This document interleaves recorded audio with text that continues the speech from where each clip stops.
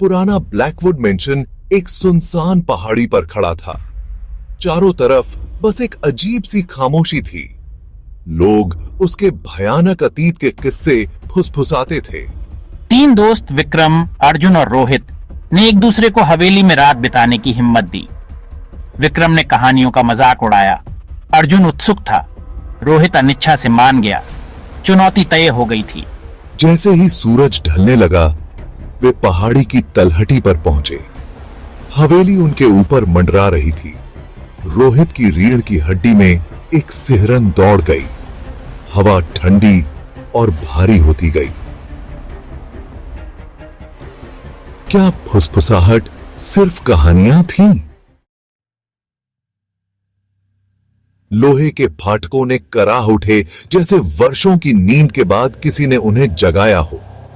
गोलियां पड़ी हुई ड्राइववे जो खरपतवार से भरी हुई थी, सालों की उपेक्षा की कहानी बयां कर रही थी। हवेली उनके सामने खड़ी थी। उसकी खिड़कियां अंधेरी, बेजान आंखें उन्हें घूर रही थीं। संदेह ने उनके हौसले को कमजोर कर दिया। क्या तुम वाकई ये सब करने को तैयार हो? रोहित ने पूछा। उसकी आवाज मुश्किल से फुसफुसाहट के समान थी। विक्रम ने एक बनावटी हंसी के साथ उसे पीठ पर थपथपाया। डरपोक मत बनो, ये तो बस एक पुराना घर है। अर्जुन, जो हमेशा तर्क की बात करता था, बोला, बस हम सब साथ रहेंगे और अगर चीजें बहुत अजीब हो जाती हैं तो हम चले जाएंगे, कोई सवाल नहीं पूछेगा। भारी ओक का दरवाजा खुलते ही एक अंधेरे से भरे हॉल में प्रवेश हुआ। अंदर की हवा बासी थी, सड़न की गंध और कुछ हल्का मीठा और धातु जैसा था। ऊपर से एक कौवे ने कर्कश आवाज निकाली, जिसकी आवाज सन्नाटे में गूंज उठी, जिसकी आवाज नहीं।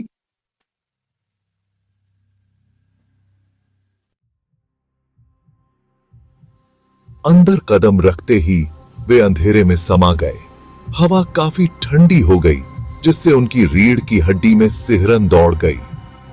बोर्डेड अप खिड़कियों में दरारों से छनकर आती धुंधली चांदनी में धूल के कण नाच रहे थे।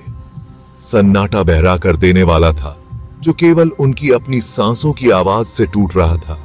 विक्रम ने अपनी टॉर्च टटोली, जिसकी किरण अंधेरे में एक प्रकाश स्तंभ की तरह थी। हर कोने से मकड़ी के जाले लटके हुए थे, मोटे और भारी। फर्नीचर सफेद चादरों में लिपटा हुआ था, जो समय के साथ जमे हुए भूतिया रूप जैसा दिख रहा था। हवा भूली हुई यादों, जीते और खोए हुए जीवन के भार से भारी थी। जैसे जैसे वे हवेली में आगे बढ़ते गए, बेचैनी की भावना तेज होती गई। तापमान बेतहाशा ढंग से बदल रहा था। एक पल तो बहुत गर्मी, तो अगले ही पल काटने वाली ठंड। रोहित ने कसम खाई कि उसे लगा जैसे कुछ उसके पास से गुजरा है। सन्नाटे में हलचल की फुसफुसाहट।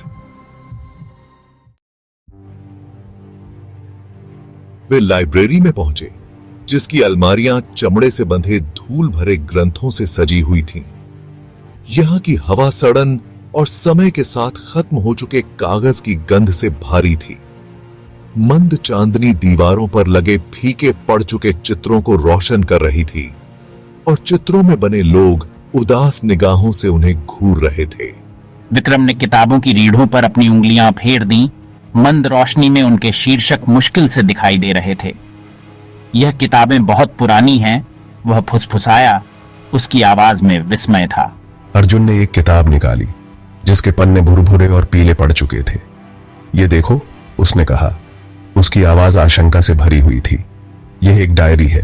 डायरी हवेली के पूर्व मालिक मिस्टर ब्लैकवुड नाम के एक व्यक्ति की थी। प्रविष्टियां निराशा से भरी हुई थीं, जो उनकी प्यारी पत्नी की मृत्यु के बाद पागलपन में उनके उतरने का वर्णन कर रही थीं। उन्होंने अजीब घटनाओं, फुसफुसाहट और उन परछाइयों के बारे में लिखा, जो उनके हर जागने वाले पल को डराती थीं। जैसे जैसे वे डायरी के पन्नों में उतरते गए, एक भयावह कहानी सामने आई। श्री ब्लैकवुड का मानना था कि उनकी पत्नी हवेली की दीवारों के भीतर फंसी हुई है। उन्होंने काले जादू किए, लेकिन किसी भयानक चीज के लिए दरवाजा खोल दिया। प्रविष्टियां अनियमित होती गईं, भूतिया लेखों से भरी हुई। वह यहां है, यह पढ़ा। वह मुझे लेने आई है, अपने पापों की सजा देने के लिए। अंधेरे में ठोकर खाते हुए उनके दिलों की धड़कन उनके कानों में गूंज रही थी और दहशत उनके अंदर उमड़ रही थी। रोहित एक मेज से टकरा गया, जिससे एक फूलदान गिर गया और फर्श पर टूट गया। सन्नाटे में आवाज बहरी हो गई। वह क्या था? रोहित हाँफने लगा। उसकी आवाज कांप रही थी। बस एक फूलदान था, बेवकूफ, विक्रम ने झटका दिया। उसकी आवाज तनाव से कसी हुई थी। मुझे टॉर्च ढूंढने में मदद करो। अचानक दूर से एक धुंधली सी रोशनी दिखाई दी, जो भव्य सीढ़ी के ऊपर से आ रही थी। यह नाच रही थी और लड़खड़ा रही थी, जिससे अजीबोगरीब परछाइयां पड़ रही थीं, जो दीवारों के साथ फैली और टेढ़ी मेढ़ी हो गईं। वे मंत्रमुग्ध और भयभीत होकर उस रोशनी को घूरते रहे, जो धीरे धीरे सीढ़ी से नीचे उतर रही थी, और हर कदम के साथ एक धीमी, लगभग शोकाकुल गूंज सुनाई दे रही थी, मानो कोई उन्हें बुला रहा हो, हवेली की गहराई में जाने के लिए फुसला रहा हो। किसी अनदेखी शक्ति द्वारा खींचे गए वे सतर्कता से टिमटिमाती रोशनी की ओर बढ़े। जैसे ही वे सीढ़ी के ऊपर पहुंचे, रोशनी गायब हो गई और वे एक बार फिर अंधेरे में डूब गए। खिड़कियों से छनकर आती धुंधली चांदनी ही उनके रास्ते को रोशन कर रही थी। उनकी आंखें धीरे धीरे अंधेरे की आदी हो गईं और उन्होंने महसूस किया कि वे एक बड़े से चित्र के सामने खड़े हैं। इसमें लंबे, घने बालों वाली और नीली आंखों वाली एक खूबसूरत महिला का चित्र था, जिसकी निगाहें उनके हर कदम पर उनका पीछा करती हुई प्रतीत हो रही थीं। किसे की? यह वही है, अर्जुन फुसफुसाया। उसकी आवाज मुश्किल से सुनाई दे रही थी। डायरी वाली औरत। जैसे ही उन्होंने चित्र को देखा, उन्होंने कुछ अजीब देखा। महिला की आंखें एक अजीब सी तीव्रता के साथ टिमटिमा रही थीं, मानो वह जीवित हो और उन्हें घूर रही हो। एक ठंडी हवा उनके चारों ओर घूम गई, जिससे उनकी रीढ़ की हड्डी में सिहरन दौड़ गई। से उनकी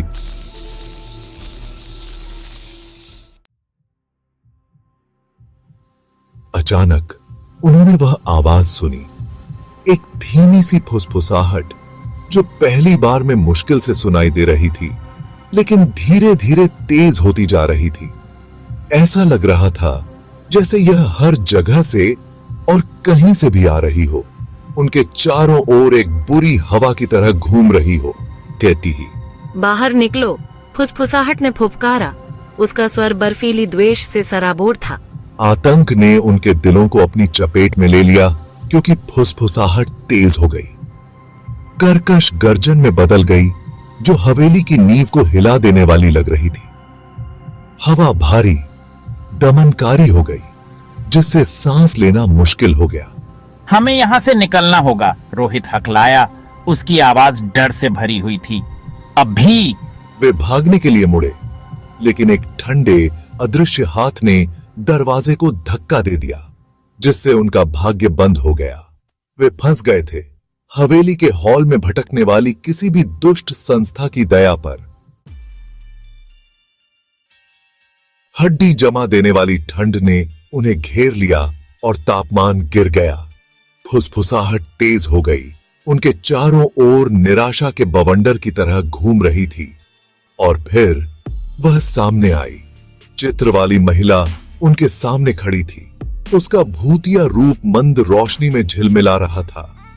उसका कभी खूबसूरत चेहरा अब क्रोध और दुख के मुखौटे में बदल गया था। उसकी आंखें बर्फीली आग से जल रही थीं। तुमने मेरा आराम भंग कर दिया है, वह फुसफुसाई। उसकी आवाज एक भयावह फुसफुसाहट थी, जो उनकी आत्मा में ही समा गई थी। अब तुम मेरे प्रकोप का सामना करोगे। अर्जुन आगे बढ़ा। उसकी आवाज कांप रही थी, लेकिन दृढ़ थी। हमारा कोई अनादर करने का इरादा नहीं था, उसने विनती की। हम बस जा रहे थे। भूतिया आकृति ने एक कर्कश चीख निकाली, जो हवेली में गूंज उठी। आवाज ऐसी जैसे नाखून ब्लैकबोर्ड पर खुरच रहे हों। उसने अपना हाथ उठाया और एक अनदेखी शक्ति ने दोस्तों को दीवार के खिलाफ पटक दिया।